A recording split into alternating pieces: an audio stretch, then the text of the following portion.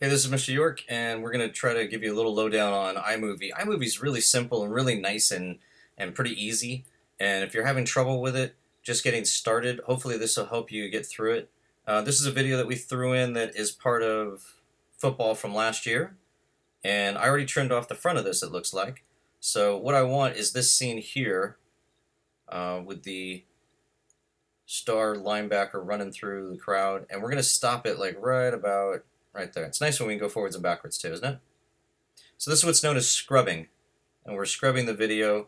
We're able to see it play in real time or faster or slower depending on how fast I move my cursor here. So I'm moving my mouse down at the bottom, and we want to stop it at least right there when he enters the end zone. That's fine. And to do that, we're going to hit Windows or Command B on your keyboard, and there it is. And now we have a little mark. I can take the rest of this and get rid of it. I'm using a Windows keyboard on an Apple computer, which is why it's Windows and not Command for me. You have a couple of different options here. If you look at the top, you can actually slow down the clip. And you can see the rabbit right there. That means that it's going faster. And that's really loud because we have music on here. So it's attached to this, so I'm just going to get rid of it for a second. Sorry about that.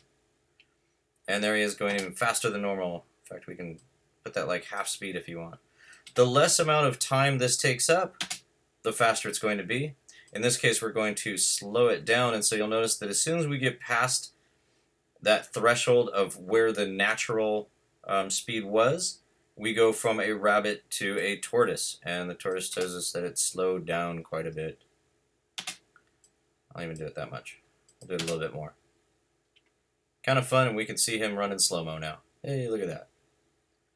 If it's dropping out a little bit, that's fine.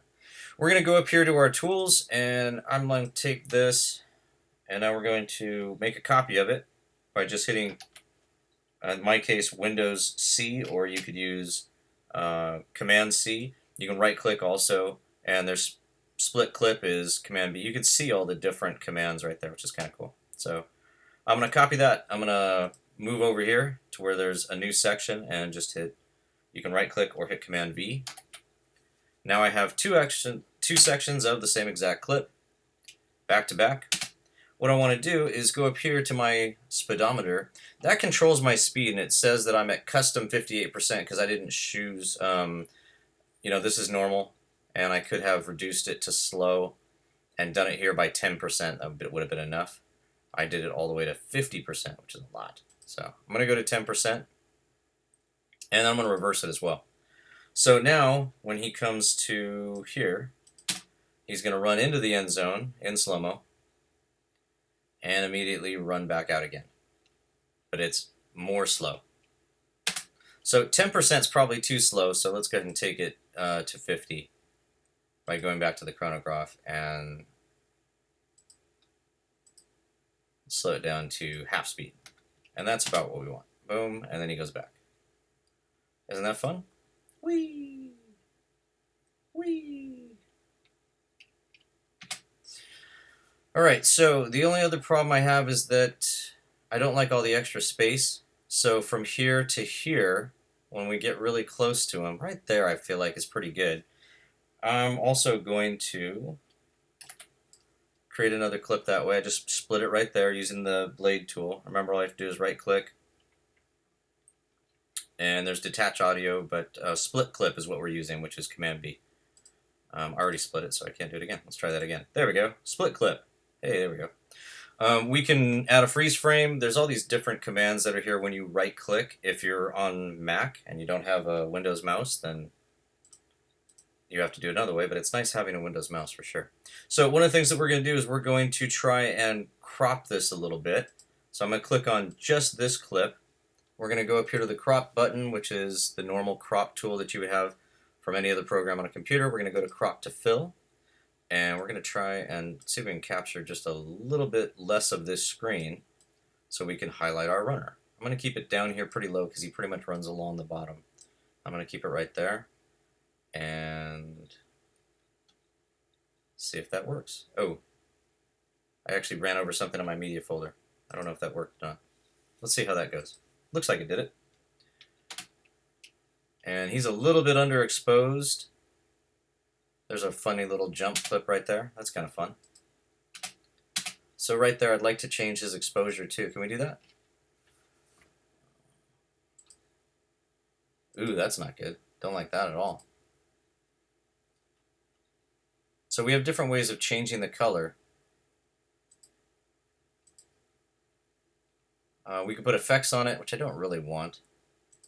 And I've got a magic wand tool. That's kind of fun.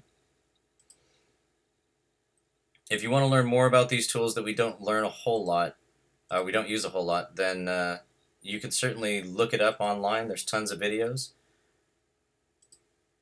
But I'm not going to worry about them right now. I didn't like what it did. I'm going to take that off. There we go.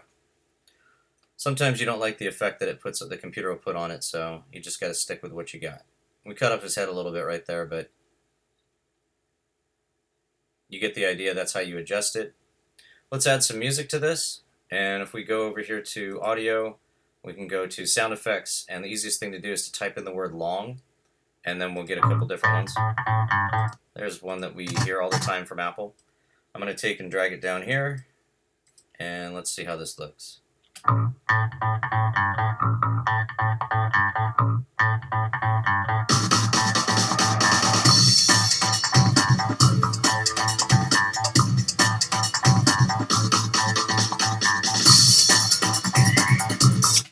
Now the problem is that the music is too long, and so right here at the end we always want to trim our stuff.